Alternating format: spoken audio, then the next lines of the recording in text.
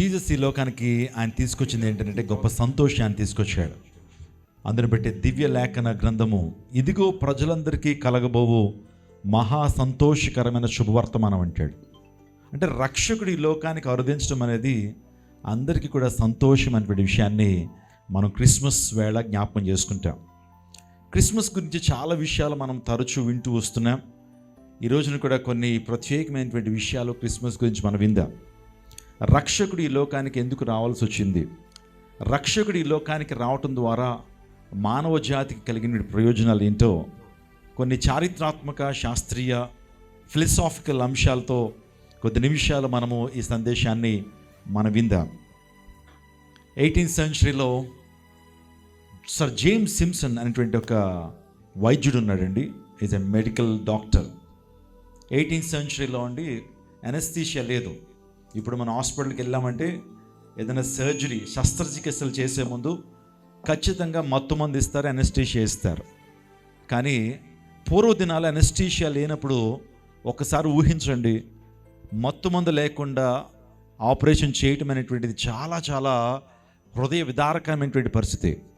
ఆ టైంలో ఏం చేస్తుండేటువంటి వారంటే, ఆ టైంలో కూడా శస్త్రచికిత్సలు చేస్తుండేటువంటి వారు ఎలా చేస్తుండేవారంటే, పేషెంట్ని బెడ్ మీద పడుకొని పెట్టి నలుగురు మెడికల్ స్టూడెంట్స్ ఎవరైతే ఉంటారో వారు కాళ్ళు చేతులు పట్టుకునేవారు.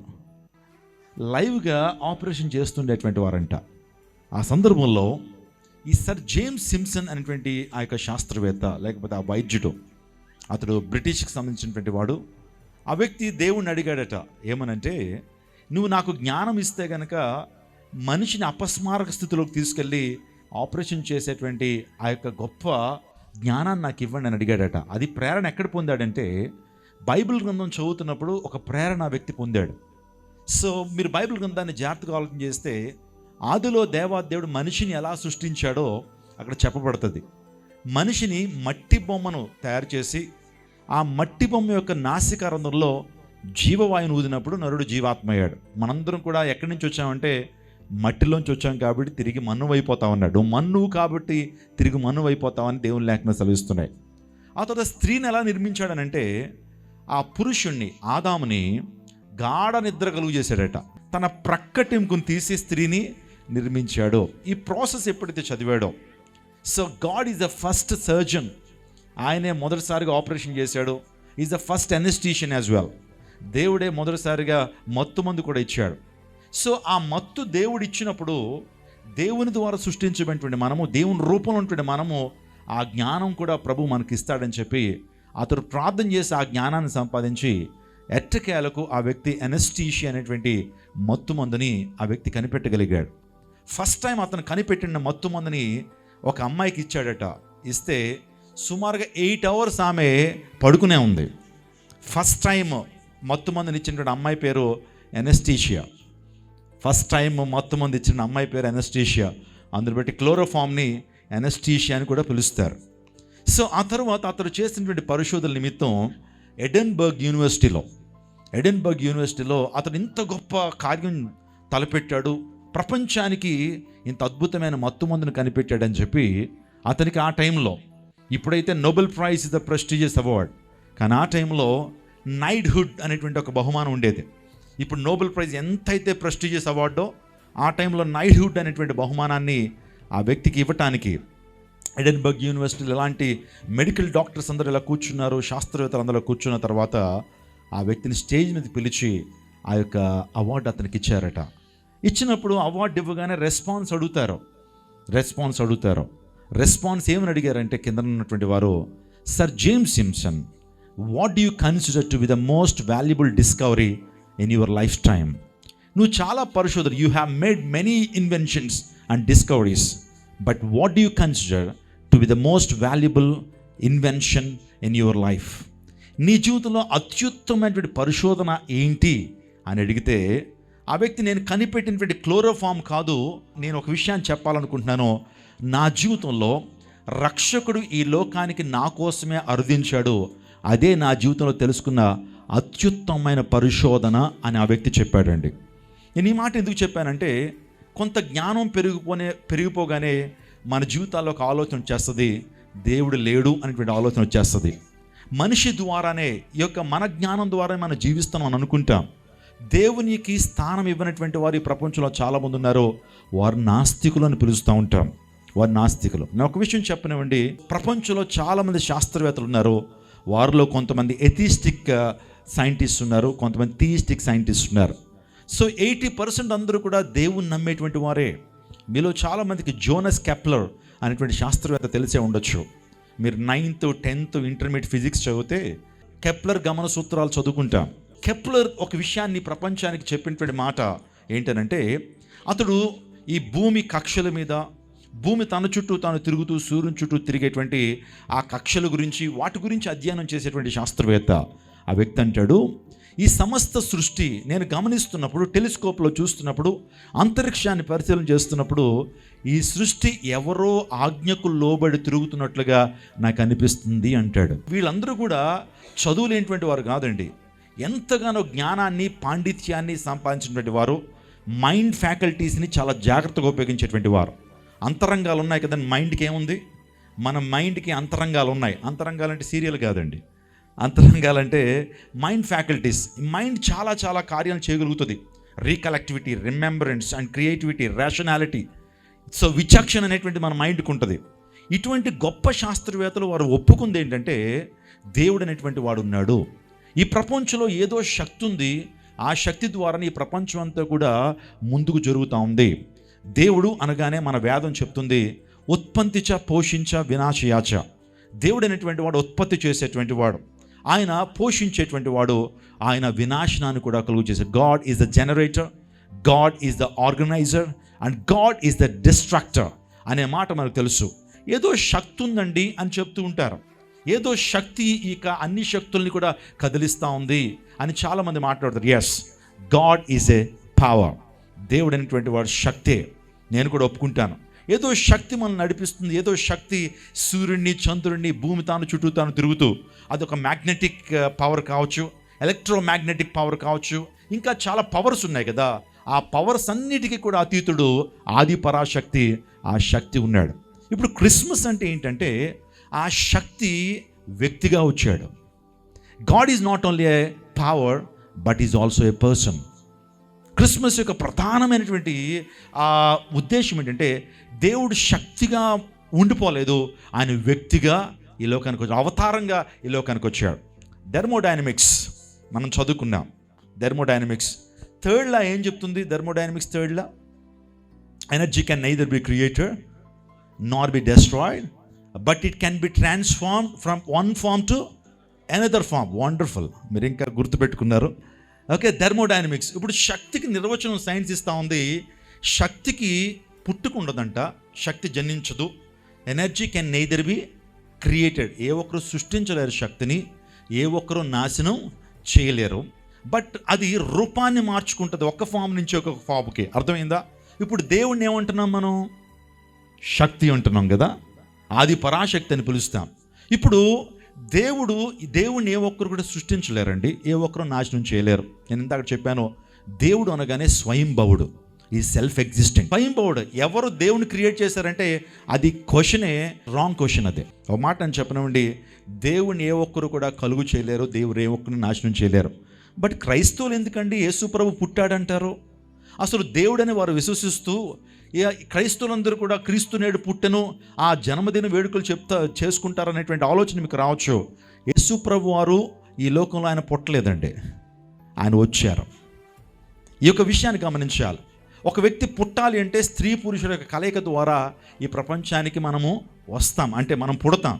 నా తల్లిదండ్రుల ద్వారా నేను ఈ లోకానికి వచ్చాను.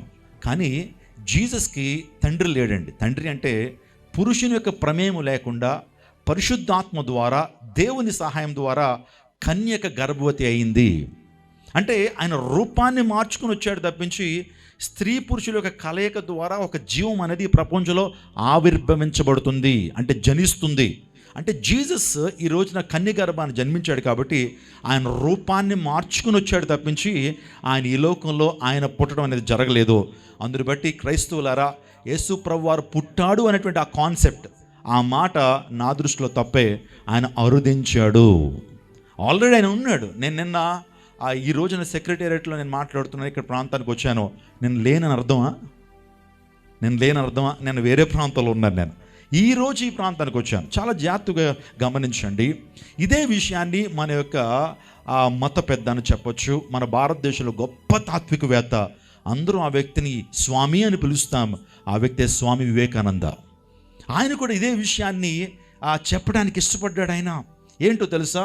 ఆయన 1893 సంవత్సరంలో ఆయన చికాగోలో జరుగుతున్న ఆల్ రిలీజియస్ కాన్ఫరెన్స్కి వెళ్ళాడు. ఆయన మన భారతదేశం నుంచి ప్రాతినిధ్యం వహించడానికి, మన భారతదేశంలో ఉన్నటువంటి గొప్ప సంస్కృతిని ప్రపంచ దేశాల్లో ఎగురువేయాలనే ఉద్దేశంతో ఆయన ఒక రిప్రజెంటేటివ్గా ఆ చికాగో అనేటువంటి ఆ ప్రాంతానికి వెళ్ళాడు. వెళ్ళిన తర్వాత వాస్తవానికి ఇలా సూట్ వేసుకోలేదండి, కాషాయ వస్త్రాన్ని వేసుకుని వెళ్ళాడు. అందుని బట్టి కొంతమంది అండర్ ఎస్టిమేట్ చేశారు ఆయన్ని. ఎందుకంటే సూట్ వేసుకోలేదు, ఇంగ్లీష్ ఎలా మాట్లాడతాడో అని చెప్పి ప్రసంగం ఇవ్వడానికి చాలా వరకు ఆలోచించారట. కానీ ఎట్టకేలకు మరి పిలిచారు కాబట్టి ఆయన మైక్ చేతిలో పెడితే ఆయన ఫస్ట్ ఆ మాటల్లోనే అందరి దృష్టిని ఆకర్షించాడు. వాస్తవానికి అమెరికన్స్ కావచ్చు, బ్రిటిషర్స్ కావచ్చు, మైక్ తీసుకుని ఏమంటారంటే లేడీస్ అండ్ జెంటిల్మెన్ అని పిలుస్తారు. కానీ మన భారతీయుడు, మన స్వామి వివేకానంద మైక్ తీసుకుని my dear brothers and sisters of America అని అంటాడు. అందరూ చప్పట్లు కొడతారండి. అసలు ఈయన ఇంత బాగా మాట్లాడుతున్నాడే. మనం ప్లెడ్జ్లోనే చెప్తాం, భారతీయులందరూ నా సోదరి, నా సహోదరి, నా సహోదరులు అంటూ ఉంటాం. ఆయన కూడా అదన్నాడు, మనందరం కూడా ఒక దేవుని నుంచి వచ్చినటువంటి వారము, we are in the image and lightness of God. మీరు కూడా నా సహోదరులే. సహోదర అంటే అర్థం ఏంటి? దాన్ని విడగొడితే సహా ప్లస్ ఉదరహ అన్నారు. ఒకే ఉదరులోంచి వచ్చినటువంటి వారిని సహోదర అంటారు.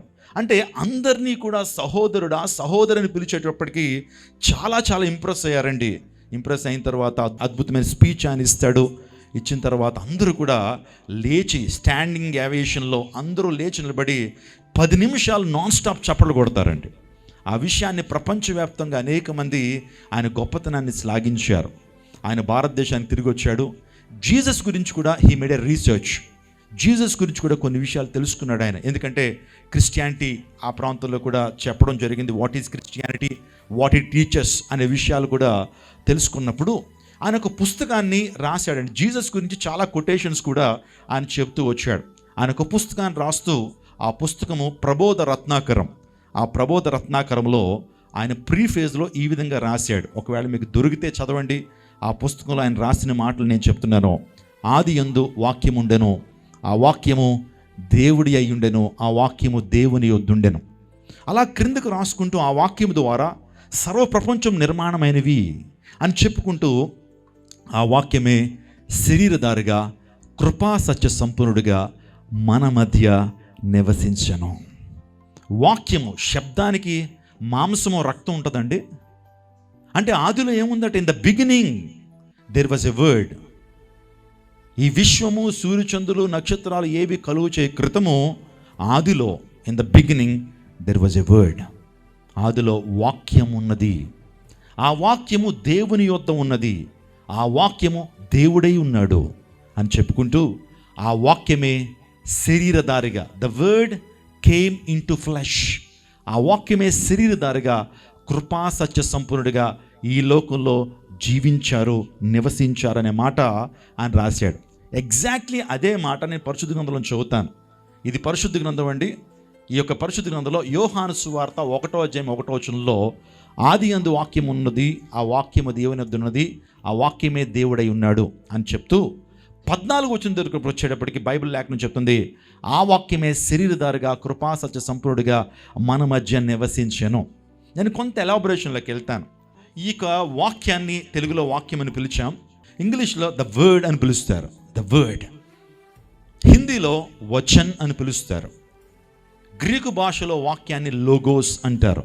ఇలా ఒక్కొక్క భాషలో ఒక్కొక్క పదము శబ్దానికి, వాక్యానికి అంటే ఆపాదించబడింది. మరి మన సంస్కృత భాష దేవనాగరి లిపి, మన సంస్కృత భాషలో వాక్యాన్ని ఏమంటారు? మన సంస్కృత భాషలో వాక్యాన్ని ఓం అంటారు. ఏమంటారు? ఓం. ఓం అంటే శబ్దము, ఓం అంటే శబ్దం. ఇప్పుడు చెప్పండి, ఆయన చెప్పిన మాట ఆదిలో ఏముంది? శబ్దం ఉన్నది, ఆ శబ్దమే దేవుడు. ఇప్పుడు ఆ శబ్దము శరీరధారిగా ఈ లోకానికి వచ్చింది అని చెప్పాడు. ఆయన క్రింద ఒక మాట రాస్తాడు. అదేంటంటే, ఆ విషయం చెప్పడం కొరకే ఇన్ని విషయాలు చెప్పాను. ఆది శబ్ద బ్రహ్మస్వరూపం. ఆది శబ్ద బ్రహ్మస్వరూపము ఎవరో కాదు, యేసుక్రీస్తు అని రాస్తాడు. యేసుక్రీస్తు అని రాస్తాడు. ఈరోజున జీసస్ ఎవరు అనంటే, మనలో చాలామందికి చాలా దురభిప్రాయాలు ఉన్నాయి. సో నా తల్లి ఒక బ్రాహ్మణ కుటుంబంలోంచి వచ్చినటువంటిది, 104 దేవుణ్ణి పూజించేటువంటి వారు.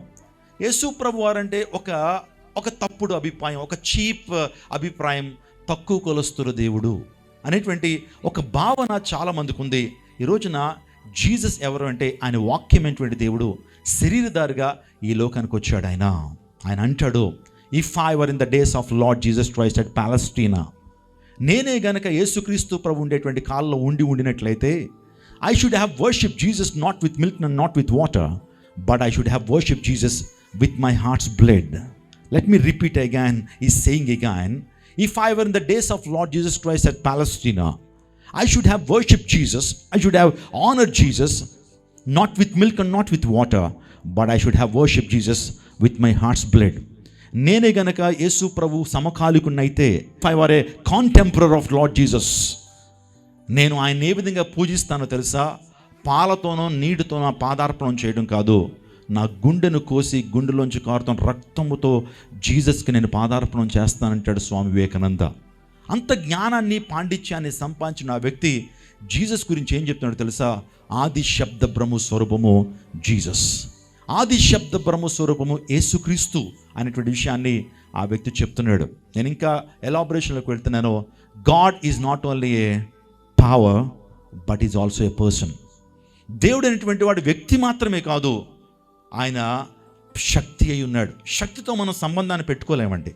శక్తి మన యొక్క ఎమోషన్స్ అర్థం చేసుకోలేదు. నువ్వు ఏడిస్తే ఎలక్ట్రిసిటీ నేను అర్థం చేసుకోలేదు. కంప్యూటర్ నిన్ను అర్థం చేసుకొని ఎమోషన్స్తో ఆ ఎమోషన్స్ అర్థం చేసుకోలేదు. ఒక వ్యక్తి మాత్రమే నీ యొక్క ఎమోషన్స్, నీ బాధ, నీ కష్టము అర్థం చేసుకోగలుగుతాడు. ఇప్పుడు దేవుడు అనేటువంటి వాడు శక్తిగా ఉండిపోతే మనం రక్షించలేడు, కానీ ఆయన వ్యక్తిగా ఈ లోకానికి వచ్చినప్పుడు మనిషి యొక్క సమస్య నుంచి దేవుడు రక్షించగలుగుతాడు. ఆలోచన చేయండి. ఉదయకాల సమయంలో ఒక్క మాటను పరిశుద్ధ గ్రంథంలోంచి మీకు జ్ఞాపకం చేస్తాను. ఏలయనగా మనకు శిశువు పుట్టెను, మనకు కుమారుడు అనుగ్రహింపబడెను, ఆయన భుజం మీద రాజ్యభారం ఉండును. ఆశ్చర్యకరుడు, ఆలోచనకర్త, బలవంతుడు దేవుడు, నిత్యుడగు తండ్రి, సమాధానకర్త అధిపతి, అతనికి పేరు పెట్టబడెను. జీసస్ ఇంకా పుట్టక క్రితమే 750 సంవత్సరాల క్రితం ఒక ప్రవక్త ప్రవచిస్తున్నాడు. ఈ ప్రపంచానికి ఒక కుమారుడు అనుగ్రహించబడతాడు. The son has been given to this world. ఈ ప్రపంచానికి ఒక కుమారుడు అనుగ్రహించబడతాడు, ఆయన భుజుల మీద రాజ్యభారం ఉన్నది అని చెప్తూ మనకు కుమారుడు అనుగ్రహించబడెను అనే మాట చూడండి. కుమారుడు, ఈ ప్రపంచానికి ఒక కుమారుడు అనుగ్రహించబడ్డాడట. ఎవరు ఆ కుమారుడు అని ఆలోచన చేస్తే, నేను కొన్ని విషయాలు తోడతరగా మాట్లాడతాను. మీరు నపుత్రస్య గతిర్నాస్తి అనేటువంటి శ్లోకాన్ని ఎప్పుడైనా విన్నారా? అపుత్రస్య గతిర్నాస్తి, ఈ శ్లోకాన్ని ఎప్పుడైనా విన్నారా మీరు? కుమారుడు లేకపోతే, పుత్రుడు లేకపోతే గతులు లేవు, స్వర్గాలు లేవు.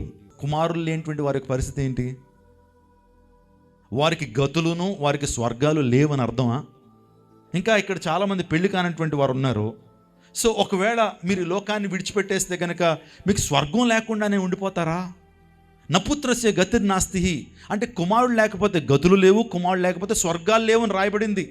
అసలు ఏ కుమారుడు లేకపోతే మనకు స్వర్గాలు లేవు? అసలు కుమారుడు అంటే అర్థం ఏంటి? సంస్కృతంలో కుమారుడికి ఒక మంచి శ్లోకాన్ని రాశారు. కుచితాన్ మారైతీతి ఇతి కుమారః అన్నారు. కుచితాన్ మారైతీతి ఇతి కుమార. కుచితాన్ అంటే చెడ్డ గుణాలు, కుచితాన్ మారయ అంటే చంపేటువంటి వాడు. మానవుని హృదయంలో ఉన్నటువంటి ఆ చెడ్డ గుణాలని చంపేటువంటి వాడు కుమారుడు. ఇప్పుడు దీని అర్థం ఏంటంటే, నపుత్రస్య గతిర్నాస్తి తప్పేం కాదు అది. అంటే కుమారుడు లేకపోతే గతులు లేవు, స్వర్గాలు లేవంటే మనకు పుట్టిన కుమారుడు కాదు, నాకు కొడుకు ఉన్నాడు, ఆడు నాకు స్వర్గ ప్రాప్తిని ఇవ్వలేడు, నాలో అటువంటి చెడుతనాన్ని వాడు చంపలేడు. ఈరోజున ఈ లోకానికి ఒక దైవ కుమారుడు అనుగ్రహించబడ్డాడు. Is none other than Jesus Christ. యేసుక్రీస్తు ప్రభువుని ఏమంటారు తెలుసండి? దైవ కుమారుడు అంటారు. ప్రభుని ఏమంటారు? ఇంకా మన యొక్క పురుష సూక్త శ్లోకంలో కూడా ప్రజాపతికి ఉండాల్సిన లక్షణాల గురించి చెబుతూ, ఆ ప్రజాపతి శక్తిగా ఉన్నటువంటి వాడి వ్యక్తిగా ఈ లోకానికి వస్తే ఆయన బ్రహ్మపుత్రుడుగా పిలువబడాలి. ఓం శ్రీ బ్రహ్మపుత్రాయ నమః, దైవ కుమారుడుగా పిలువబడాలని పురుష సూక్త శ్లోకంలో దేవుని యొక్క లక్షణాలు రాసుకుంటూ వచ్చారు. అందులో ప్రప్రథమంగా ఎలా ప్రారంభించబడుతుంది? ఓం శ్రీ కన్యసుతాయ నమః అనే మాటతో ప్రారంభించబడుతుంది. ప్రజాపతి అనేటువంటి వాడు, మనం చెప్పుకున్న రీతిలో శక్తి అయినటువంటి దేవుడు వ్యక్తిగా ఈ లోకానికి వస్తే ఈ ప్రపంచంలో కన్య గర్భాన జన్మించాలి అని రాయబడింది. ఆ తర్వాత ఆయన ఏ విధంగా పిలువబడాలంటే, he must be called a son of God, ఆయన దైవ కుమారుడుగా పిలువబడాలి. Jesus is being called a son of God and man of God. దైవ కుమారుడుగా పిలువబడ్డాడు, ఆయన మనుష్య కుమారుడుగా పిలువబడ్డాడు. ఇప్పుడు బైబిల్ చెప్తా ఉంది, ఏ కుమారుడైతే మన జీవితంలో ఉదయించకపోతే స్వర్గాలు లేవని చెప్తున్నారంటే, యేసు అనేటువంటి ఆ యొక్క దైవ కుమారుడు మన హృదయంలో పుట్టకపోతే, మన హృదయంలో జన్మించకపోతే మనకు స్వర్గాలు లేవు, మనకు పరలోక రాజ్యం లేదు. యేసు ప్రభువు ఈ లోకానికి వచ్చి, I am the way, the truth and the life, no one comes to the father except through me. నేనే మార్గమును సత్యమును జీవమును, నా ద్వారా తప్ప ఏ ఒక్కరు కూడా స్వర్గానికి వెళ్ళలేరు అని క్లియర్గా చెప్పాడండి. ఆయన చెప్పిన మాట అది. యోహాను సువార్త 8:14 the gospel according to John and 8th verse and 14th verse, 8th chapter and 14th verse లో, I am the way, the truth and the life, no one enter in the kingdom of God through మీ.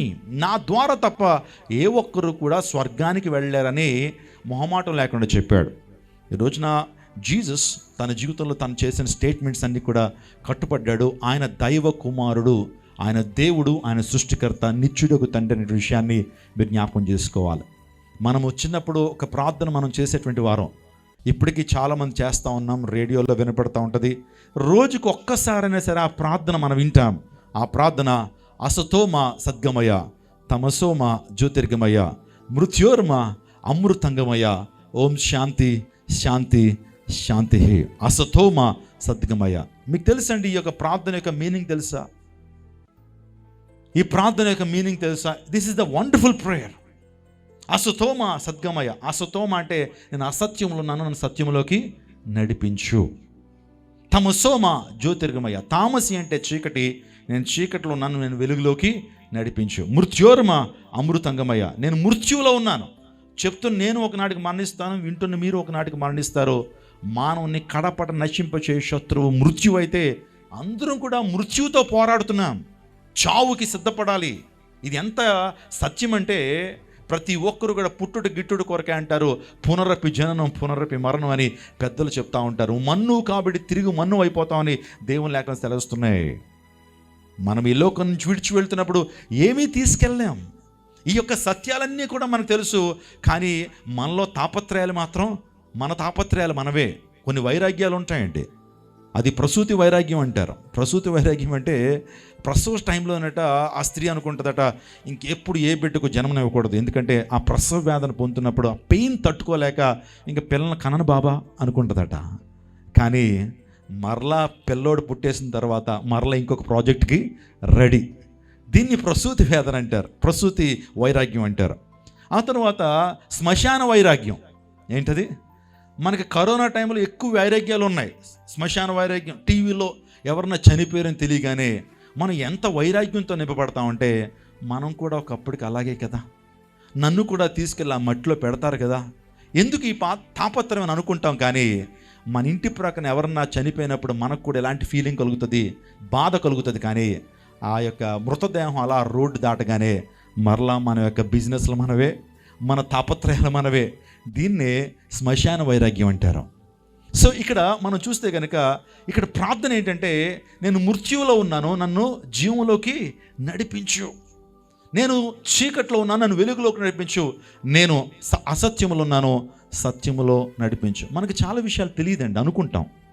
చాలా విషయాలు మనకు తెలుసు అనుకుంటాం, ఇంకా మనం అసత్యంలోనే జీవిస్తున్నాం. మనం మోసగించబడటానికి కారణం ఏంటంటే అసత్యము. సత్యమేవ జయితే అని సత్యమేవ జయితే అని మనకు తెలుసు. మన కరెన్సీ నోట్ల మీద ఉంటే సత్యం ఏనాటికైనా గెలుస్తుంది, సత్యమే దైవం అంటాడు గాంధీ మహాత్ముడు. ట్రూత్ ఈజ్ గాడ్ అని చెప్తాడు. ఆలోచించండి, మనందరూ కూడా అసత్యములోనే ఉన్నాం.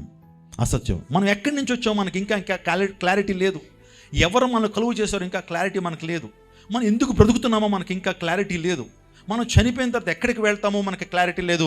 We don't know the origin of our lifes. మనం ఎక్కడి నుంచి వచ్చామో మనకి ఇంకా క్లారిటీ లేదు. కొన్ని సందర్భాల్లో నువ్వు ఎక్కడి నుంచి వచ్చావంటే కోతి నుంచి వచ్చావంటాం, జీవపరిణామ సిద్ధాంతాన్ని నమ్ముతూ. ఎక్కడి నుంచి వచ్చావంటే సో రకరకాల ప్రిన్సిపల్స్, రకరకాల థియరీస్ ఉన్నాయి, కానీ క్లారిటీ ఉందా? వేర్ యూ కమ్ ఫ్రమ్, నువ్వు ఎక్కడి నుంచి వచ్చావు? What is the human origin? మనిషి ఆరిజిన్ ఏంటి? రెండోది అంటున్నాను, what is the meaning of your lifes? What is the purpose of your lifes? ఎందుకు బ్రతుకుతున్నాం మనం? ప్రతిరోజు కూడా ఉదయాన్నే లేవటం, టిఫిన్ చేయటం, మళ్ళీ ఆఫీస్కి రావటం, లంచ్ చేయటం, మరలా ఇంటికి వెళ్ళిపోవడం కొరకైనా? సో మన యొక్క జీవితానికి ఉన్న పరమార్థం ఏంటి అసలు? Why did God create us? ఎందుకు ఈ లోకంలో మనం సృజించబడ్డాం? సో పుట్టడం, చనిపోవడం కొరకైనా ఈ లోకంలో మనం పుట్టింది? ఇంకేమైనా పర్పస్, ఇంకేమైనా మీనింగ్ ఏమైనా ఉందా? What is the meaning of your life? What is the purpose of your life? Third one చెప్తున్నాను, what is the destiny of your life? నీ జీవితానికి ఉన్న పరమార్థం ఏంటి? నువ్వు చనిపోయిన తర్వాత ఏమవుతావు? చనిపోయిన తర్వాత తీసుకెళ్ళి మట్టిలో పాతి పెడతారు అనుకుంటావు. కాదు, మనలో ఆత్మ ఉంది. Man is a spirit, he has a soul, it lives in a body. మనిషి 3 ప్రత్యేకమైన భాగాలు కలిగి ఉన్నాడు. మీరు చూస్తుంది నా శరీరాన్ని మాత్రమే, నాలో ప్రాణం ఉంది, నాలో ఆత్మ కూడా ఉంది. 3 ప్రత్యేకమైన భాగాలు ఉన్నాయి. కొబ్బరికాయని మనం తీసుకుంటే కనుక పైన కొబ్బరికాయకి పీచు ఉంటుంది, టెంక్ ఉంటుంది, లోపల గుజ్జు ఉంటుంది. అదే రీతిగా మన లైఫ్ను కూడా అర్థం చేసుకుంటే ఈ యొక్క పైన ఉన్నటువంటి ఈ యొక్క కొబ్బరికాయ పీచు మన శరీరంతో పోల్చబడింది. ఇది పీచేనండి. ఏ నాటికైనా దీన్ని తీసుకెళ్ళి అగ్నిలో పెట్టాలి, లేకపోతే మట్టిలో పాతి పెట్టాలి. ఈ శరీరము ఏ నాటికైనా కృషించిపోద్ది. ఏ వయసు పెరిగే కొలిది శరీరంలో శక్తి కోల్పోతూ ఉంటాం, క్షీణించిపోతూ ఉంటుంది, అందము సౌందర్యం పోతూ ఉంటుంది, క్షీణతలోకి వచ్చేస్తూ ఉంటుంది ఈ శరీరము. నేను అంటాను, ఒక కొబ్బరికాయ తీసుకుంటే కొబ్బరికాయలటువంటి ఆ పీచ్ ఎలాంటిదో మన శరీరం కూడా అలాంటిదే. లోపల టెంక్ ఉంది. ఆ టెంకు మన ప్రాణంతో పోల్చుకుంటే అత్యంత ప్రాముఖ్యమైనది లోపల ఉన్నటువంటి కొబ్బరి. నిజంగా మన జీవితాల్లో కూడా లోపల ఉన్న ఆత్మ చాలా ప్రాముఖ్యమైనది. ఆత్మకి చావు లేదు, ఆత్మకు మరణం లేదు. ఆత్మ దాన్ని దయచేసినటువంటి దేవుని దగ్గరికి వెళ్ళాల్సిందే. నిత్యత్వానికి ఆత్మ వెళ్ళిపోవాలి, ఎటర్నిటీకి మనలో ఉన్న ఆత్మ వెళ్ళిపోవాలి. అది దివ్యజ్ఞాన గ్రంథం బైబిల్ చెప్తున్నటువంటి అంశం. ఇప్పుడు చూడండి, మనం అసత్యంలో ఉన్నాం. మొన్న రీసెంట్గా ఒక తండ్రి నా దగ్గరికి వచ్చి బాధపడుతున్నాడండి. ఆయన ఒక మంచి ఆఫీసర్, ఆయన చాలా పలుకుబడి కలిగినటువంటి వ్యక్తి, సమాజంలో చాలా పేరు ప్రఖ్యాతులు ఉన్నాయి. కానీ ఆ రోజు నా దగ్గరికి వచ్చి చాలా బాధపడ్డాడు. ఆయన చెప్తున్న అంశం ఏంటంటే, సో ఆయనకు ఒకే ఒక కుమార్తె ఉందట. ఒకే ఒక కుమార్తె ఉంది. ఎన్నెన్నో ఆశలు ఉన్నాయి ఆ కుమార్తె మీద. పుట్టగానే ఫిక్స్డ్ డిపాజిట్లు వేశాడు, ఎల్ఐసీలు కట్టాడు. ఆ కుమార్తె కోసం ఎన్నెన్నో ఆశలు కలిగినటువంటి ఆ తండ్రి బాధపడుతూ చెప్తున్న అంశము, ఒకరోజు ఆ కుమార్తె ఇంట్లోంచి బయటకు వెళ్ళిపోయింది, ఒక వ్యక్తిని తీసుకెళ్ళిపోయింది. అంటే ఆ మాట నేను చెప్పకూడదు ఇక్కడ. సో ఆ అమ్మాయి ఒక ఆటో డ్రైవర్తో వెళ్ళిపోయిందండి. ఒక ఆటో డ్రైవర్తో వెళ్ళిపోయింది. తండ్రికి ఆ విషయాన్ని తెలుసుకోగానే గుండెలు పగిలిపోయినాయి. నేను పెళ్లి చేయను అనుకున్నదా, ఎందుకు ఇలాంటి తప్పు నేను తీసుకుంది అని చెప్పి చాలా కోపంతో ఆ అమ్మాయికి కాల్ చేయలేదు. పోతే పోయింది, నా కుటుంబంలోంచి ఆమె లేదనుకుంటారు అనుకున్నాడు. కానీ బంధువులు వచ్చారు, స్నేహితులు వచ్చారు, కొలీగ్స్ వచ్చారు. ఎంత నీ కూతురు కదరా, ఏదో తప్పుడు నేను తీసుకొచ్చి పెళ్లి చేసేసే, వాళ్ళు హ్యాపీగా ఉంటారు, వారిద్దరికి ఇష్టపడ్డారు కాబట్టి పెళ్లి చేసేసే, వెళ్ళు అని అంటే అడ్రస్ తెలుసుకుని వెళ్ళాడు. వారు ఎక్కడో ప్రాంతంలో ఉన్నారండి. వెళ్ళేటప్పటికి ఆ అమ్మాయి ఉన్న ప్రాంతం ఎలాంటిదంటే ఒక చిన్న లాడ్జ్ అండి. బయట చాలా భయంకరంగా ఉంది ఆ లాడ్జ్ అంతా కూడా. మామూలు సంస్కారవంతులు లేకపోతే కుటుంబాలు అటువంటి లాడ్జ్లో ఉండరు. అటువంటి పరిస్థితుల్లో అమ్మాయి ఆ ప్రాంతంలో ఉన్నదని తెలుసుకుని వెళ్ళాడు. వెళ్ళి నాక్ చేశాడు, పలానా రూమ్లో ఉందని తెలిసి లాక్ చేశాడు. లోపలికి వెళ్ళాడు. వెళ్ళేటప్పటికి ఒక అబ్బాయి బయటకు వచ్చాడండి. అబ్బాయి ఏం కాదు, మిడిల్ ఏజ్ ఉంటుంది. బయటకు వచ్చి ఎవరు కావాలని అడిగేటప్పటికి నోట్లో తను నవ్వులుతున్నటువంటి ఆ కైని తుంపర్లు తన ముఖం మీద పడ్డాయి. గుండె పగిలిపోయిందండి. వీడు కాకపోతే బాగుండు అనుకున్నాడు, కానీ తను అనుకున్నది నిజమైపోయింది. జుట్టు సరిగ్గా లేదు, గెడ్డం సరిగ్గా లేదు. ఒక రకంగా చెప్పాలంటే ఆ వ్యక్తి ఎలా ఉన్నాడంటే, తన కూతురికి 1% కూడా కంపాటబిలిటీ ఉండదు. తన కూతురికి అస్సలు పోలిక లేదు. లోపలికి వెళ్ళాడు. చాలా బాధ దిగమింకుని లోపలికి వెళ్ళి ఒకే ప్రశ్న అడిగాడు అమ్మాయిని, అమ్మాయిడు ఎలా నచ్చాడమ్మా నీకు? అమ్మాయిడు ఎలా నచ్చాడు? ఏ కోణంలో చూసి నీకు నచ్చాడంటే అమ్మాయి ఒక మాట ఉంది, నా కళ్ళతో చూడనా నీకు నచ్చుతాడు అంది. ఏముంది? నా కళ్ళతో చూడనా నీకు నచ్చుతాడు. ఒక మాట నేను చెప్పనా, కొన్ని సందర్భాలు మన హృదయమే మనల్ని మోసం చేస్తుందండి. దేవుని లేఖనం చెప్తుంది, human heart is so deceitful, who can understand it, who can explore it. హృదయము అన్నిటికంటే మోసకరమైనది, అది ఘోరమైన వ్యాధి కలిగింది, దాన్ని గ్రహింపగలిగినటువంటి వాడు ఎవరు అని ఇర్మియా గ్రంథంలో రాయబడింది. ఈ రోజున ఆ అమ్మాయి హృదయం ఆ అమ్మాయిని మోసం చేయలేదా? నేను వెంటనే చెప్పాను, ఆ అమ్మాయి అనుకుంది నేను మంచి డెసిషన్ తీసుకున్నాను అనుకుంది, తనకు తానుగా మంచి డెసిషన్ అనుకుంది, నా కళ్ళతో చూడంటుంది.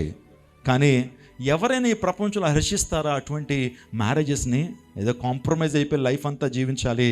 ఆ తండ్రి చెప్పాడు, పాస్టర్ గారు, వాడు ఒక 2 నెలలు చూసుకుంటే గొప్ప అండి మా అమ్మాయిని, వాడు లైఫ్ లాంగ్ మా అమ్మాయికి టార్చరే చూపిస్తాడు, వాడికి లేని వ్యసనం లేదు, వాడికి లేని దుర్వ్యసనం లేదు, ఏ విధంగా చూసుకుంటాడండి, ఏ విధంగా తీసుకెళ్ళను నా ఇంటికి అని చెప్పి బాధపడుతున్నాడు ఆయన. ఎందుకు మాట చెప్పాను తెలుసా? ఈరోజున మన అసత్యంలో ఉన్నామండి. సత్యం అనుకుంటాం, మనం నమ్ముతుంది సత్యం అనుకుంటాం. You have right to believe anything in the world, but what have you believe is may not be right sometimes. సత్యం అని అనుకుంటావు, నీ జీవితంలో సత్యం అని అనుకుంటావు, కానీ నీకు నమ్మకాలు వేరు, సత్యాలు వేరు, నమ్మకం వేరు. We have right to believe anything, but what ever you believe is may not be right. అది సత్యం కాకపోవచ్చు. గమనించండి. సో అసతో మా సద్గమయ, తమసో మా జ్యోతిర్గమయ, మృత్యోర్మ అమృతంగమయ. ఓం శాంతి శాంతి శాంతి. అసత్యంలో ఉన్నాను, నాకు సత్యం ఎక్కడా? చీకట్లో ఉన్నాను, నాకు వెలుగు ఎక్కడా? అవును, చీకటి అంటే లైట్లు ఆపేస్తే వచ్చేటువంటి చీకటి కాదు. మనం పాపము అనేటువంటి చీకట్లో ఉన్నాం, మనము పాప అంధకారములో మనం ఉన్నాం. మనిషి రోజున పట్టి పీడిస్తున్న జబ్బు ఏంటో చెప్పమంటారా? పాపం అనే జబ్బు. అందుని బట్టి ఉదయాన్నే లేచి మన సంధ్యావందనం చెప్తూ, సంధ్య వారుస్తూ, పాపోహం పాపకర్మః పాపాత్మ పాపసంభవామి త్రాహిమాం యుగే యుగే అన్యదాస్తరం నాస్తి తుమామ శరణం మమ. ఓం శాంతి ఓం శాంతి ఓం శాంతి అని చెప్తాం. సూర్యవందనం చెప్పేటువంటి వారు ఇదే శ్లోకాన్ని చెప్తారు.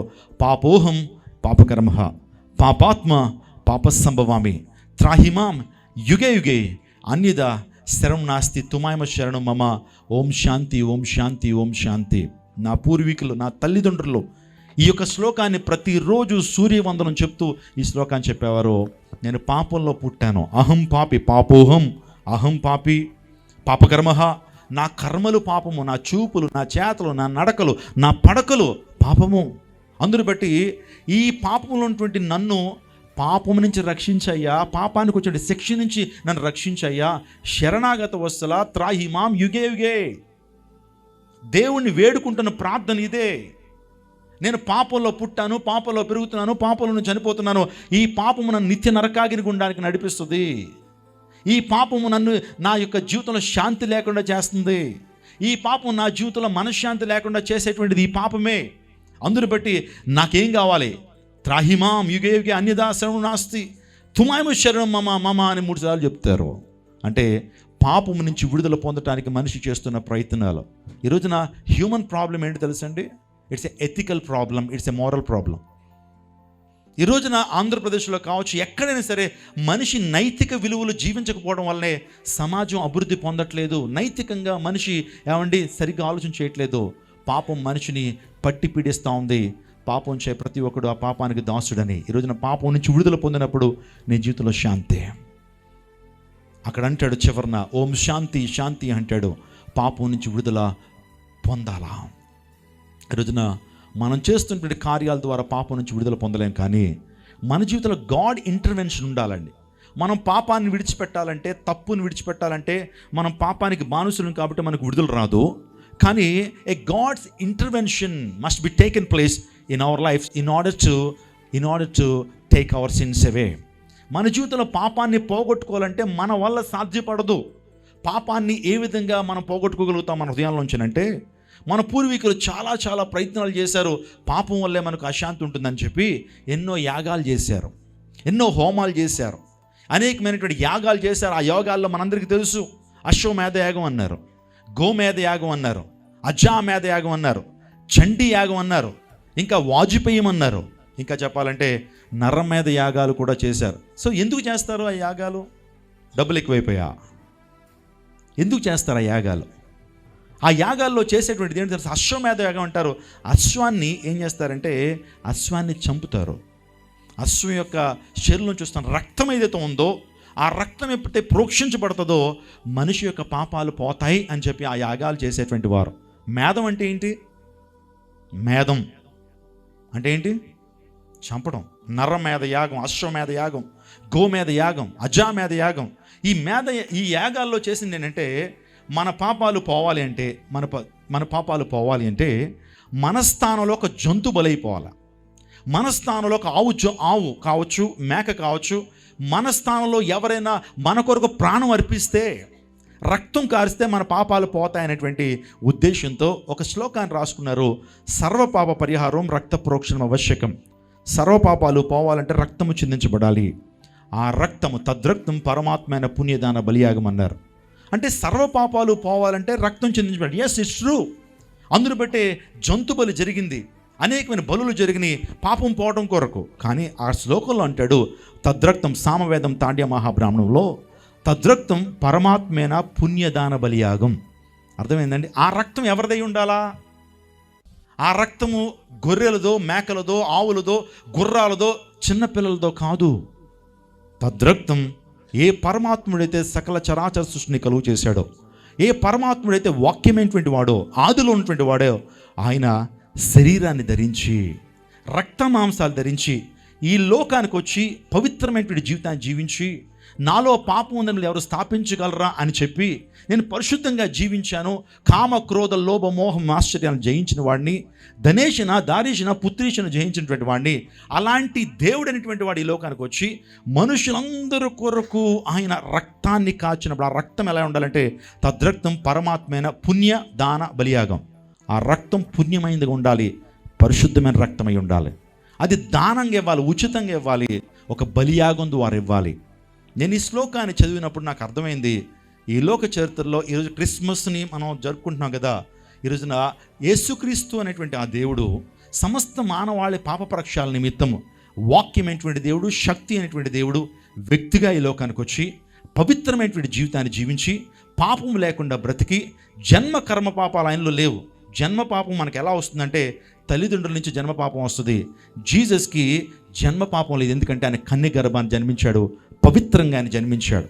ఆయన చూపుల్లో, చేతల్లో, నడకల్లో పాపం లేకుండా ఆయన జీవించి ఆయన అందరి కొరకు, సమస్త మానవాళ్ళ కొరకు ఆయన రక్తం కార్చాడు. మనకు కొన్ని సందర్భాలు అర్థం కాదు, ఎందుకు ఆయన సిలువెక్కి రక్తం కార్చాలి, ఎందుకు ఆయన ప్రాణం పెట్టాలి, ఆయన సిలువ దిగి రాలేడా, నిజంగా దేవుడైతే అలా హింసిస్తుంటే ఎందుకు ఆయన సిలువ దిగి రావట్లేదు అనేటువంటి ఆలోచన మీకే కాదు నాకు కూడా వచ్చింది. కానీ ఎప్పుడైతే విషయం తెలుసుకున్నానో, ఎప్పుడైతే ఒక మన పాపముల నిమిత్తము ఒక వ్యక్తి మన కొరకు మరణించాలి, అది పవిత్రమైన రక్తాన్ని కార్చాలి. సర్వపాప పరిహారం రక్త ప్రోక్షణం ఆవశ్యకం. తద్రక్తం పరమాత్మైన పుణ్య దాన బలియాగం. ఈ రోజున జీసస్ చేసింది అదే అండి. ఎందుకయ్యా నువ్వు ప్రాణం అర్పించావు, ఎందుకయ్యా రక్తం కార్చావంటే నువ్వు చేసిన పాపముల నిమిత్తం అంటాడు. నువ్వు చేసిన పాపముల నిమిత్తం నేను ఆ శిక్షను అనుభవించాను. పరమాత్మునిగా దేవునికి ఈ లోకానికి వచ్చి నీ పాప శిక్షను నా మీద వేసుకున్నాను. I just substituted our place on the cross of Calvary. నీ స్థానాన్ని, నా స్థానాన్ని ఆయన తీసుకున్నాడు. అందులో ప్రేమ ఉంది. For God so loved the world. Christmas అంటే ప్రేమ పండుగ అండి. ఈరోజు మీ అందరి చేతుల్లో కూడా కేక్స్, ఆ స్నాక్స్ ఉన్నాయి. ఎందుకు క్రిస్మస్ రోజున క్రైస్తవులుగా మేము చీరలు పంచుతాం, ఆహారాన్ని పెడతాం. నిన్న విజయవాడలో అండి 17వ తారీఖు సాయంకాలం మేము ఒక క్రిస్మస్ ప్రోగ్రామ్ అరేంజ్ చేసాం. సో అరేంజ్ చేసిన తర్వాత బిషప్ అజేరియా గ్రౌండ్స్లో ఎగ్జాక్ట్లీ 10,000 మందికి పైగా ప్రజలు వచ్చారు. దేవుడు మాకు ఇచ్చినటువంటి ఆశ ఏంటంటే 10,000 మందికి ఒక క్రిస్మస్ ఫీస్ట్ ఇవ్వాలని. మీరు నమ్మండి, వచ్చిన ప్రతి ఒక్కరు కూడా చికెన్ బిర్యానీతో ఒక చక్కటి భోజనాన్ని సిద్ధపరిచి వచ్చిన ప్రతి ఒక్కరికి పెట్టడంలో మా ఉద్దేశం ఏంటంటే Christmas is the festival of love. Christmas అంటే ప్రేమ పండుగ. ప్రభు చెప్పింది, నిన్ను వలె నీ పొరుగు వారిని ప్రేమించు. నిన్ను నువ్వు ఏ విధంగా ప్రేమించుకుంటావో నీ ప్రక్కనోని కూడా ఆ విధంగా ప్రేమించు. గాంధీ మహాత్ముడు అంటాడు, మత్తయి సువార్త 5, 6, 7 వచనాలు అందరూ ఫాలో అయిపోతే ఈ ప్రపంచం అంతా కూడా శాంతిమయం అయిపోద్ది అని అంటాడు Mahatma Gandhi. Christmas is a festival of love. దేవుడు ఈ లోకానికి నరావతారికి వచ్చి ఆయన ప్రేమను మనపై చూపించాడు. ఆ ప్రేమను మనపై చూపించాడు. ఈ లోక ప్రేమలు ఎలా ఉంటాయి చెప్పమంటారా? లోకంలో ప్రేమలు ఉన్నాయి. లోక ప్రేమలు దేవుని ప్రేమకి చాలా వ్యత్యాసం ఉంటుంది. ఒక వ్యక్తి అన్నాడు, బంధుమిత్రుల ప్రేమ బంగారం అంత వరకు ఉంటుందంట. అర్థమవుతుందండి? బంధుమిత్రుల ప్రేమ ఎప్పటి వరకు ఉంటుంది? మన దగ్గర డబ్బు ఉన్నంత కాలమే మనకు బంధువులు, మన దగ్గర ఉన్న జాబ్ ఉన్నంత కాలమే మన చుట్టూ తిరుగుతారు. అదే పదవి జాబు పోయిందంటే మనల్ని పట్టించుకునేవారు ఉండరండి. బంధుమిత్రుల ప్రేమ బంగారం ఉన్నంత వరకు ఉంటుంది. ఆ తర్వాత ఆలుమగల ప్రేమ అనురాగం ఉన్నంత వరకు ఉంటుందట. ఆలుమగలు అంటే ఎవరు?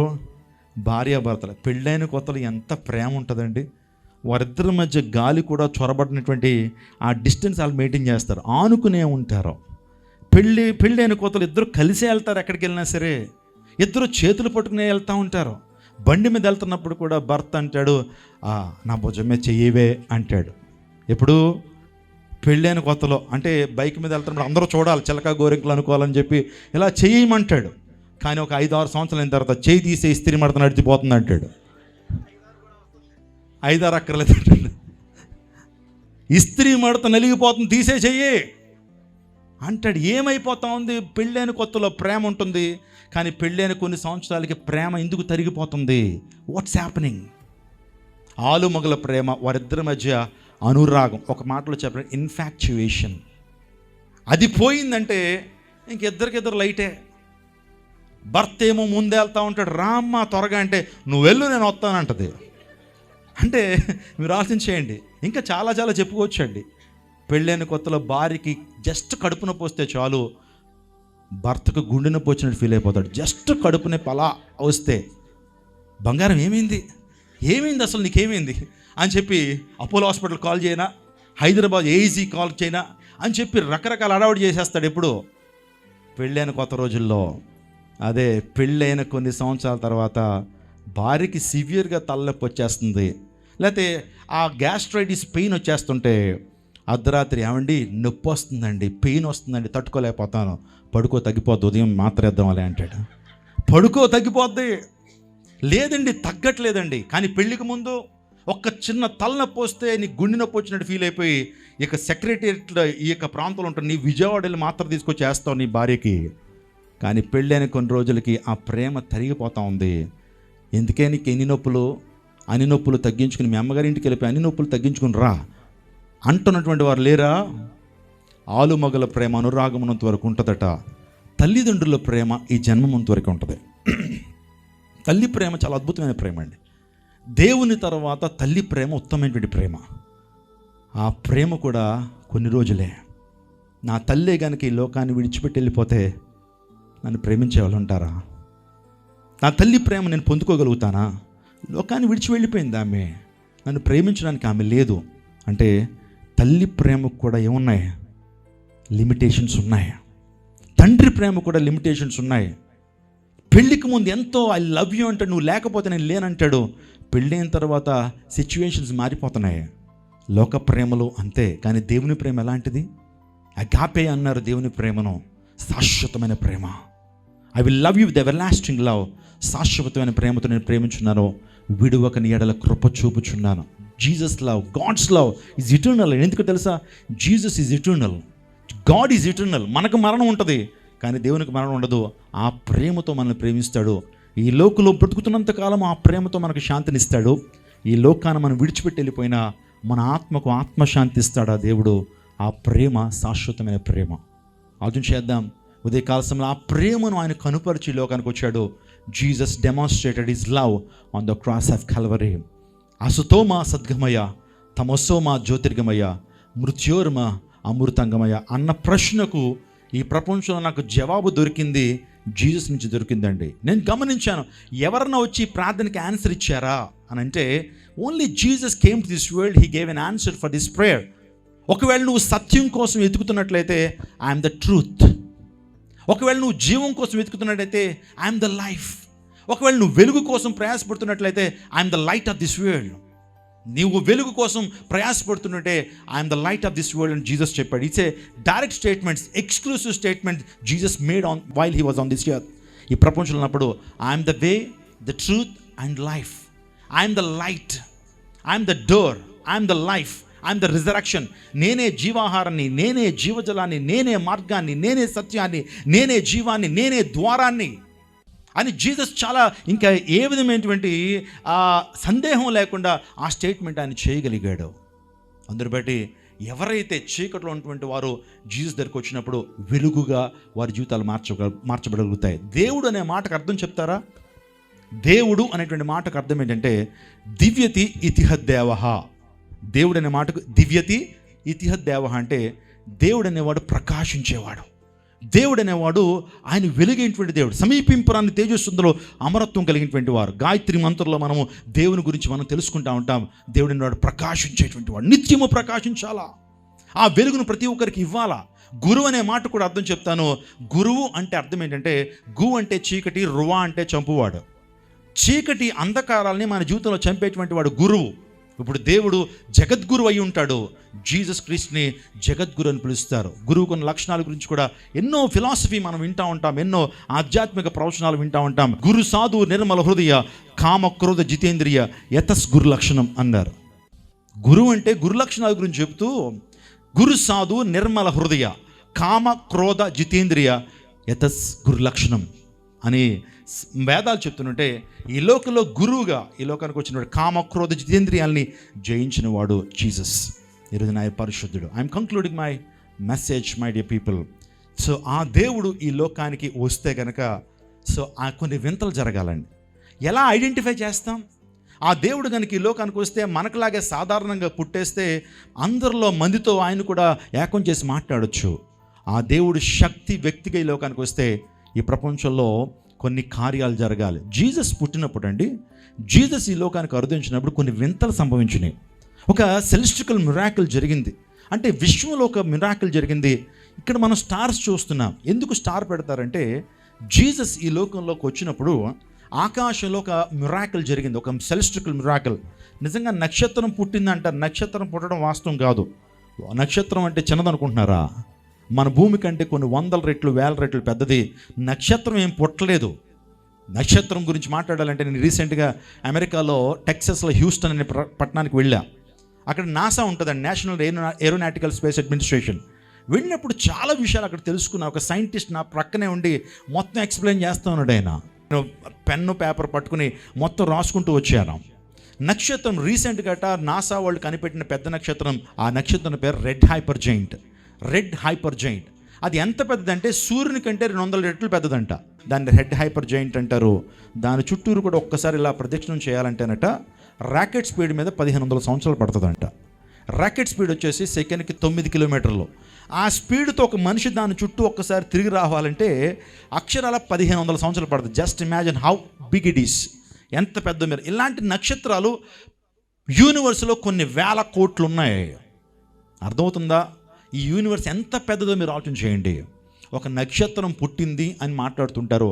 వాస్తవానికి ఏం జరిగిందని ఆలోచన చేస్తే జోనస్ కెప్లర్ అనేటువంటి ఆ బ్రిటిష్ శాస్త్రవేత్త ఆయన ఒక పరిశోధన చేశాడు. సో ఆ యొక్క ఖగోళ శాస్త్రం మీద అధ్యయనం చేసిన ఆ వ్యక్తి 1601 నుంచి 1609 వరకు జీసస్ ఈ లోకానికి వచ్చాడనేటువంటి జగమెరిగిన వాస్తవం. He divided the entire human history in 2 major parts. One is AD and another BC. క్రీస్తు శకము క్రీస్తు పూర్వము. ఆ దేవుడు కాలం 2గా చీల్చాడు. అది జగమెరిగిన సత్యం. ఆయన వచ్చినప్పుడు ఆకాశంలో తార పుట్టిందనే విషయాన్ని గురించి ఆయన నివేదిక ఇచ్చాడు.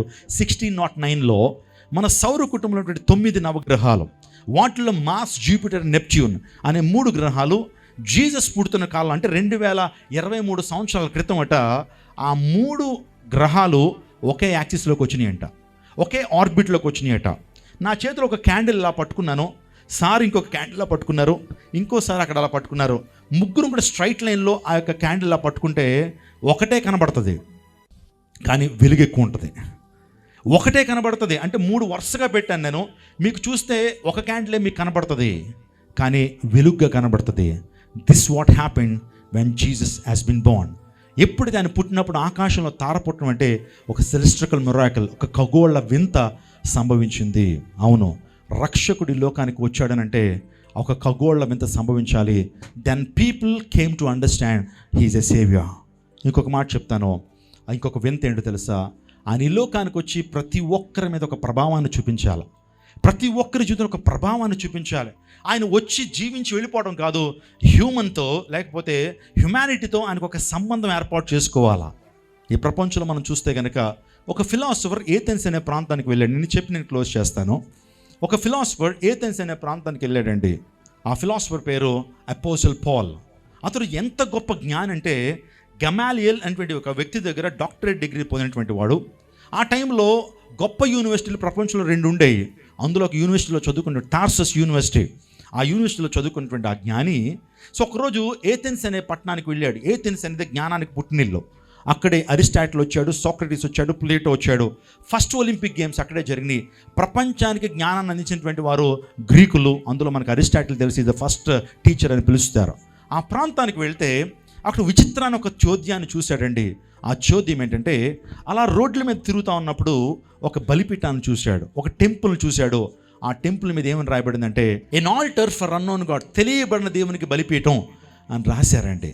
అంటే దేవుని యొక్క గుడి ఉంది, కానీ ఆ దేవునికి పేరు లేదంట, తెలియబడిన దేవుడు అని రాశారు.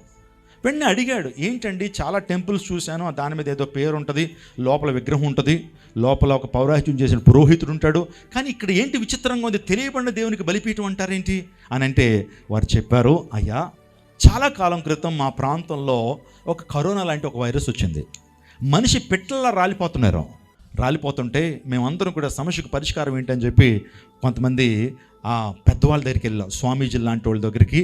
ఆ తర్వాత బాబాల లాంటి వరకు వెళ్ళి, అయ్యా ఏంటయ్యా కారణం, అయ్యగారు స్వామి ఏంటి మనకి ఈ సమస్య ఎందుకు దాపరించిందనంటే వాళ్ళు చెప్పారట, 2 బాబాలు చెప్పారట, 2 గొప్పవాళ్ళు చెప్పారు. వారి పేర్లు యారటస్, ఇంకొకళ్ళు ఎపిమెనిడిస్ అనేటువంటి 2 గొప్పవాళ్ళు చెప్పారట, వారి ప్రజలారా దేవుళ్ళు మీరు అనుకున్నట్లుగా 2-3 ఉంటారనుకుంటున్నారా, చాలామంది ఉన్నారా దేవుళ్ళు, మీరేమో మీ స్తోమత తగినట్లుగా 2-3 ఇష్టదైవాలని చెప్పి కులదైవాలని చెప్పి పూజిస్తున్నారు.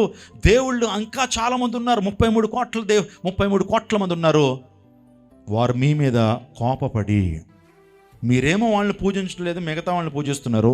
అందుని బట్టి ఆ దేవుళ్ళు మీ మీద కోపపడి ఈ సమస్య మీ మీద తీసుకొచ్చారు, ఈ వైరస్ మీ మీద తీసుకొచ్చారు. అందుని బట్టి పరిష్కారం ఏదో మీరు ఆలోచన చేసుకోండి అన్నారట. వెంటనే ప్రజలందరూ కూడా, ఏథెన్స్ ప్రజలందరూ కూడా ఆలోచన చేసి, ఓహో మిగతా వాళ్ళు ఫీల్ అవుతున్నారా, మిగతా వాళ్ళు బాధపడుతున్నారా. చూడండి, ఇప్పుడు ఓట్ ఆఫ్ థ్యాంక్స్ చెప్తారు బ్రదరు, ముందుకు వచ్చి మ్యూజిక్ ప్లే చేసిన వారికి ప్రత్యేకమైన వందనాలు, స్నాక్స్ ప్రిపేర్ చేసిన వారికి వందనాలు అని చెప్పి ఓట్ ఆఫ్ థ్యాంక్స్ ఉంటాయి. అందరినీ చెప్పి కొంతమందిని మర్చిపోయారు అనుకోండి, ఆయనకు 1 వారం రోజులు ఉంటుంది. నేనే కనిపించలేదు నీకు, నేను ఇంత పని చేస్తే నా పేరు చెప్పలేదు నువ్వు అని చెప్పి ఓట్ ఆఫ్ థ్యాంక్స్ చెప్పేటువంటి వారు చాలా ఒళ్ళు దగ్గర పెట్టుకుని చెబుతూ ఉంటాం అన్నమాట. Isn't it? అక్కడ అదే వచ్చిందండి. వస్తే ఆ ఫిలాసఫర్ ఆలోచన చేశాడు, ఏంటి తెలియబడిన దేవుడా, ఈరోజున ఆ తెలియబడిన దేవుడిని ఎవరినో మీకు రివీల్ చేస్తాను అని చెప్పి ఒక ప్రాంతం ఉంటుందండి ఏథెన్స్లో, చాలా రిస్కీ ప్లేస్ అది. దాన్ని ఎరియోపాగస్ అంటారు. ఏదన్నా ఇప్పుడు మనకి ఈ యొక్క రాజ్యసభ కావచ్చు, లోక్సభ కావచ్చు, అసెంబ్లీ కావచ్చు, ఎంత ప్రామినెంట్ ప్లేసో ఏథెన్స్లో గ్రీకులకి ఒక ప్రత్యేకమైన స్థలం ఉంటుంది. దాన్ని ఏమంటారంటే ఎరియోపాగస్ అంటారు. ఎరియోపాగస్ ఫస్ట్ ఒలింపిక్ గేమ్స్లో ఎంబ్లంలో కనబడుతుంది ఎరియోపాగస్. మీరు ఇంటికి వెళ్ళిన తర్వాత ఎరియోపాగస్ అని కొట్టండి. ఎంత ఇంపార్టెంట్ ప్లేస్ అంటే ఆ ప్రాంతంలో నిలబడి ఏదన్నా మాట్లాడాలంటే కింద ఉన్నటువంటి వారు చదువు రానటువంటి వారు కాదు, కింద ఉన్నటువంటి వారు జ్ఞానం లేనటువంటి వారు కాదు, వారు స్కాలర్స్, వాళ్ళు ఫిలాసఫర్స్, వాళ్ళు బాగా మాస్టర్ డిగ్రీ, డాక్టరేట్ డిగ్రీ పొందినటువంటి వారు అక్కడ నిలబడి ఇప్పుడు ఒక కొత్త ఫిలాసఫీ చెప్పాలి అంటే చాలా రిస్క్. నేను ఇప్పుడు ఏదైనా చెప్పి వెళ్ళిపోతే పర్లేదు, ఏదో చెప్పి వెళ్ళే బాబు అనుకుంటారు, కానీ అక్కడ అలా కాదు. అక్కడ ఏదన్నా ఒళ్ళు దగ్గర పెట్టుకుని చెప్పకపోతే కింద నుంచి ఒక మాట అంటారు, లెట్స్ గివ్ హిమ్ జ్యూస్ అంటారు, ఆయనకి జ్యూస్ ఇవ్వండి అంటారు. జోసెఫ్ గారు ఇక్కడికి వచ్చిన తర్వాత పాస్టర్ గారు ఏం తాగుతారండి అని అడిగాడు, జ్యూస్ తాగుతారా అని అడిగాడు ఆయన. అక్కడ ఎవరికైనా క్రింద ఉన్నటువంటి వారికి ఏదైనా అబ్జెక్షన్ ఉంటే, ఆ వ్యక్తి చెప్తుంది ఏదైనా తప్పు అనిపిస్తే కనుక నిలబెట్టి క్వశ్చన్ అడుగుతారు, ఆ వ్యక్తికి జ్యూస్ ఇవ్వండి అంటారు. ఆ జ్యూస్ ఏదో కొబ్బరి నీళ్ళో లేకపోతే ఆరెంజ్ జ్యూసో కాదు, స్ప్రైటో కోకోకోలా కాదు, ఆ జ్యూస్లో లిటరల్లీ స్కార్పియన్ పాయిజన్ ఉంటుంది. స్కార్పియన్ పాయిజన్, తేలు విషయం ఉంటుంది అందులో. తాగేసి అక్కడే కుప్పకూలిపోవాలి, అంత డేంజరస్ ప్లేస్ అది. అందుని బట్టి ఏదో నోటుకొచ్చింది వాగేస్తే కుదరదు. అక్కడ చాలా జాగ్రత్తగా మాట్లాడాలి, చాలా ఆధారాలతో మాట్లాడాలి, చాలా సపోర్టింగ్ డాక్యుమెంట్స్తో మాట్లాడాలి. అక్కడ చెప్పిన మాట ఒక్కసారి పరిశుద్ధ గ్రంథంలో ఆయన చెప్పిన మాట మీరు బైబిల్ గ్రంథాలు మీ చేతుల్లో కానీ మీ ఇళ్లలో ఉంటే కనుక అపోస్తుల కార్యం గ్రంథము 17వ అధ్యాయం 28వ వచనం. మనము ఆయన యందు బ్రతుకుచున్నాము, చలించుచున్నాము, ఉనికి కలుగున్నాము. అటువలే మనం ఆయన సంతానమని మీ కవీశ్వరులో కొందరును చెప్పుచున్నారు. కాబట్టి మనం దేవుని సంతానమై ఉండి మనుషుల చమత్కార కల్పన వల్ల మలచబడిన బంగారం నేను, వెండి నేను, రాతి నేను దేవత్వం పోలినదని తలంపకూడదు. ఆ జ్ఞాన కాలం దేవుడు చూచిచున్నట్లుగా ఉండెను. ఇప్పుడైతే అంతటా అందరూ మారుమనసు పొందవాలని మనుషులకు ఆజ్ఞాపిస్తున్నాడు. ఈ స్టోరీ ఏథెన్స్ ప్రజల గురించి అక్కడ ఆయన మాట్లాడుతూ 28వ వచనంలో మనము ఆయన యందు బ్రతుకుచున్నాం. In him we live, in him we have our existence, in him we live. మనం ఆయన యందు చలించుచున్నాము, ఆయన యందు బ్రతుకుచున్నాము, ఆయన యందు జీవిస్తున్నాము. అక్కడ ఎవరి పేరు చెప్పలేదండి, పలానా వ్యక్తి పేరు చెప్పలేదు. ఆయన యందు మనం చలించుచున్నాము, ఆయన యందు మనం ఊరికి కలిగి ఉన్నాం. In him we have our own existence అనే మాట చెప్పాడు. నేను ఇలా అనుకున్నాను, ఇలా నాకు అర్థమైంది ఏంటంటే ఈ ప్రపంచంలో మనం ఏ కులమైనా, ఏ మతమైనా, ఏ భాష మాట్లాడినటువంటి వారమైనా సరే ఈరోజు ఒక్కని యందు మనకు ఉనికి వచ్చిందండి. ఒకరి యందు ఉనికి వచ్చింది. మీరు నమ్మినా నమ్మకపోయినా, ఆయన హేట్ చేసినా లవ్ చేసినా సరే ఈ రోజున ఒక్కరి ద్వారా ఈ ప్రపంచానికి ఉనికి వచ్చింది. నీకు నాకు ఉనికి వచ్చింది. మీరందరూ సెక్రటేరియట్ ఎంప్లాయీస్. మీకు ఉద్యోగం రావాలంటే, మీరు ఈ ప్రాంతంలో ఉండాలంటే డేట్ ఆఫ్ బర్త్ చాలా ఇంపార్టెంట్. డేట్ అనేది చాలా ప్రాముఖ్యం. మీరు ప్రతిరోజు డేట్కి ఎంత ప్రామినెన్స్ ఇస్తారో సో మీకంటే మాకు ఎక్కువ తెలుసు. డేట్కి చాలా ప్రాముఖ్యం. ఈరోజు ప్రపంచానికి అంతటికి కూడా ఉనికినిచ్చింది ఎవరు అని ఆలోచన చేస్తే నాకు ఈ విధంగా అర్థమైందండి. Jesus came to this world, he divided the entire human history into 2 major parts. ఒకటి ఏడి అన్నా డొమిని, ఇంకొకటి బీసీ బిఫోర్ క్రైస్ట్. ఈ ప్రపంచంలో ప్రతి ఒక్కరికి నా డేట్ ఆఫ్ బర్త్ 1985 జూలై 2 నా డేట్ ఆఫ్ బర్త్. అది ఎక్కడి నుంచి వచ్చిందనంటే జీసస్ పుట్టిన 1985 సంవత్సరాల తర్వాత పాల్ ఇమాన్యుల్ అనేటువంటి వ్యక్తి ఈ లోకానికి అరుదించాడు. అలెగ్జాండర్ ది గ్రేట్ ఎప్పుడున్నారు సార్ అని అంటే కనుక వెంటనే మేము తీసుకోవాలి, క్రీస్తు పూర్వం అనాలా. గాంధీ ఎప్పుడున్నారు సార్ అంటే క్రీస్తు పుట్టినటువంటి 1800 సంవత్సరాల తర్వాత గాంధీ మహాత్ముడి లోకానికి వచ్చాడు. ఇంకా సోక్రటీస్ ఎప్పుడున్నాడు. ఈ ప్రపంచంలో ప్రతి ఒక్కరికి కూడా టైం లైన్ ఇచ్చింది, డేట్ ఆఫ్ బర్త్ ఇచ్చింది జీసస్ కాదా? ఈ లోకంలో ఆయన మనం అందరూ కూడా ఏ శాఖలో ఉన్నాం తెలుసా అండి? క్రీస్తు శాఖలో ఉన్నా. క్రీస్తు శాఖ, శాలివాహన శాఖలో, శాతవాహన శాఖలో లేము. ఇక్కడ ఈ ఫిలాసఫర్ చెప్తున్నాడు, మనం ఆయనందు చలించుచున్నాము, ఆయనందు ఉనికి కలిగి ఉన్నాము, ఆయనందు మనము బ్రతుకుచున్నాం. ఇప్పుడు ఆ దేవుని ద్వారా మనకు ఉనికి వచ్చింది, ఆ దేవుని ద్వారా మనకు డేట్ ఆఫ్ బర్త్ వచ్చింది, ఆ దేవుని ద్వారా మనం జీవిస్తున్నాం. కాబట్టి అక్కడక్కడ రివీల్ చేశాడు, Jesus is your creator, Jesus is a true saviour, Jesus ఆయన పరిశుద్ధుడు అని ఆ ప్రాంతంలో చెప్పాడు. My dear people, I'm concluding my message. ఇవన్నీ చెప్పడంలో ఉద్దేశం ఏంటంటే Jesus is a historical figure, ఆయన చరిత్ర పురుషుడు. Jesus is the Holi one, ఆయన పరిశుద్ధుడు, కన్య గర్భాన్ని జన్మించాడు. ఆయన పుట్టినప్పుడు తార పుట్టింది. ఇంకొక మాట చెప్తున్నాను, కాలం 2 భాగాలుగా విభజించిన వాడు. ఎందుకు ఈ లోకానికి వచ్చాడంటే మనందరినీ పాపం నుంచి రక్షించడానికి వచ్చాడు. నిజమైన ప్రేమని ప్రపంచానికి పరిచయం చేయడానికి వచ్చారు. మనం నేర్చుకోవాల్సింది ఏంటంటే జీసస్ నుంచి ప్రేమ, కరుణ, జాలి, తోటి వారిని సంస్కరించేటువంటి ఆ యొక్క ప్రేమను మనం కలిగి ఉండాలి దేవుడు కోరుతూ ఉన్నాడు. నేను ఒక విషయాన్ని చెప్తాను, Christmas is a festival of happiness. నేను మొదటే చెప్పాను, క్రిస్మస్ జీసస్ ఈ లోకానికి ఏం తీసుకొచ్చాడంటే నిజమైన సంతోషాన్ని తీసుకొచ్చాడు. Peace is not a commodity, peace is not a product which we can buy with money. డబ్బుతో కొనేటువంటిది కాదండి శాంతి. అలా అయితే డబ్బున్న వాళ్ళు ఏనాడో కూడా కొనేసుకుని నిజంగా వారు శాంతిగా బ్రతికేటువంటి వారు. ఈ ప్రపంచంలో ఎవరికి శాంతి ఉండదంటే డబ్బు ఎక్కువైపోయిన వాళ్ళకి శాంతి ఉండదు. అందులో ప్రధానంగా మైకేల్ జాక్సన్ ఒంటరివాణ్ణి అన్నాడు. ఈ ప్రపంచంలో నేను ఒంటరిగా బ్రతుకుతాను, కోట్ల ఆస్తుంది. బిల్ గేట్స్ చెప్పిన స్టేట్మెంట్ కూడా చెప్తాను, ఐ మేడ్ మిలియన్స్, నాకు వద్దంటే వస్తుంది ఆస్తి, కావాలనుకుంటే రావట్లేదు. శాంతి సమాధానం ఉంటే డబ్బు మనకు నిజమైన ఆనందాన్ని ఇవ్వదు, ఇంకా టెన్షన్ గురి చేస్తుంది. ఎంటర్టైన్మెంట్ మన నిజమైన సంతోషాన్ని ఇవ్వదు. నీకు ఇచ్చేటువంటి ఎంటర్టైన్మెంట్ 2 గంటలు అయితే ఆ 2 గంటలు నువ్వు ఆనందిస్తావు. సినిమా హాల్ నుంచి బయటకు రాగానే మరలా నీ కష్టాలు నీవే. నిజమైన ఆనందాన్ని సమాధానకర్త అయినటువంటి దేవుడు మాత్రమే ఇవ్వగలుగుతాడు. జీసస్ని ఏమన్నారంటే సమాధానకర్త, is a prince of peace. ఆయన భుజం మీద రాజ్యభారం ఉన్నది. ఆయన ఆశ్చర్యకరుడు, ఆలోచనకర్త, నిత్యుడగు తండ్రి, సమాధానకర్త, యోగోధిపతి. He will be called as the prince of peace. ఈరోజు నా జీవితంలో జీసస్ సమాధానం ఇచ్చాడు. మా తండ్రి గారు సెంట్రల్ గవర్నమెంట్ ఉద్యోగస్తుడు, టెలికమ్యూనికేషన్స్లో వర్క్ చేసేవాడు. అనేకమైన దుర్వ్యసనాలు ఉన్నాయి. ప్యాక్ ఆట భయంకరంగా ఆడుతుండేటువంటి వాడు. మా నాన్నగారు తర్వాత 4 చెల్లెళ్ళు. కుటుంబంలో పోషణ ఈయనే తీసుకురావాలి. శాలరీ అంతా కూడా కుటుంబ పోషణ కోసం ఖర్చు పెట్టేవారు. కానీ he was addicted with lot of addictions. ఆ జంక్చర్లో చాలా పెయిన్, చాలా టెన్షన్. అది త్రాగకపోతే ఉండలేని పరిస్థితి. ఆ టైంలో ఆత్మహత్య చేసుకుంటే బెటర్ అనుకున్నాడు ఆయన. వీటన్నిటి సమస్యలకు ఈ శాంతి లేకపోవడానికి నేను చచ్చిపోతే ఇంక ఇవన్నీ సమస్యలు పోతాయనుకున్నాడు ఆయన. ఒకరోజు కృష్ణా బ్యారేజ్ దగ్గరికి వెళ్ళి చచ్చిపోదాం అనుకున్నప్పుడు ఎవరు నిలబడి అబ్జర్వ్ చేస్తున్నారంట. అబ్జర్వ్ చేస్తుంటే ఆయన ఒక బ్యాగ్లోంచి ఒక చిన్న పేపర్ ఆయన చేతిలో పెట్టాడు. అందులో ఒక మాట ఉంది, ప్రయాసపడి భారం మోసుకున్న సమస్యలారా నా ఎద్దుకు రండి, ఐల్ గివ్ యూ పీస్. నేను మీకు శాంతిని ఇస్తాను, ఎందుకంటే నేను ఐఎమ్ ద పీస్ గివర్. మీకు శాంతిని ఇస్తాను అన్నప్పుడు ఎవరో నాకు శాంతిని, ఎప్పుడు కూడా ఆ దేవుని గురించి ఆయనకు తెలీదు. ఆయన ఒక నాస్తికుడిగా ఉండేటువంటి వాడు. పుచ్చలపల్లి సుందరయ్య గారి దగ్గర ప్రధానమైన అనుచరుడు మా డాడీ. సో ఆయన శాంతి లేకుండా బ్రతుకున్న టైంలో ఒక్క మాట ఆ వ్యక్తిని ఆ రోజు ఎంతగానో ఆదరించింది, నా ఎద్దుకు రండి మీకు శాంతిని ఇస్తాను.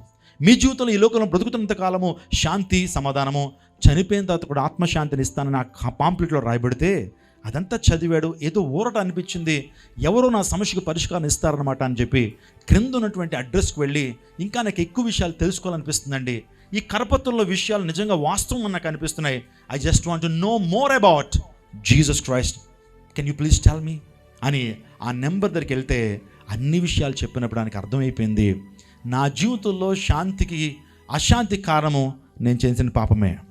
నేను చేసిన పాపాలే నా జీవితంలో అశాంతికి కారణం. కాబట్టి మొదట నేను శాంతి పొందుకోవాలంటే నా మీద ఉన్న పాప భారం దించివేయబడాలి, నా జీవితంలో పాప పరిహారం జరగాలి, పాప ప్రాయశ్చిత్తం నా జీవితంలో జరిగినప్పుడు శాంతిని అనుభవిస్తానని చెప్పి, ఎలా పాపం నుంచి మనం ప్రాయశ్చిత్తం పొందుతామంటే యేసుక్రీస్తు ప్రభు రక్తం ప్రతి పాపం నుంచి మనం విడుదల చేస్తుంది. యేసు ప్రభు రక్తం తన ప్రతి పాపాన్ని కనుక్కున్నాడు. Just put his faith upon Jesus, he was delivered from his sins. ఆయన రక్షించబడి ఆ రోజు నుంచి కూడా శాంతిని సమాధానాన్ని ఆయన పొందుకున్నాడు. ఈరోజు ఒక మాట నేను చెప్పనివ్వండి, Jesus is a peace giver. ఆయన శిక్షించేటువంటి వాడు కాడు. పరిత్రాణాయ సాధున వినాశనాయ దుష్కృతం ధర్మ సంస్థాపనార్థయ సంభవామి యుగే యుగే.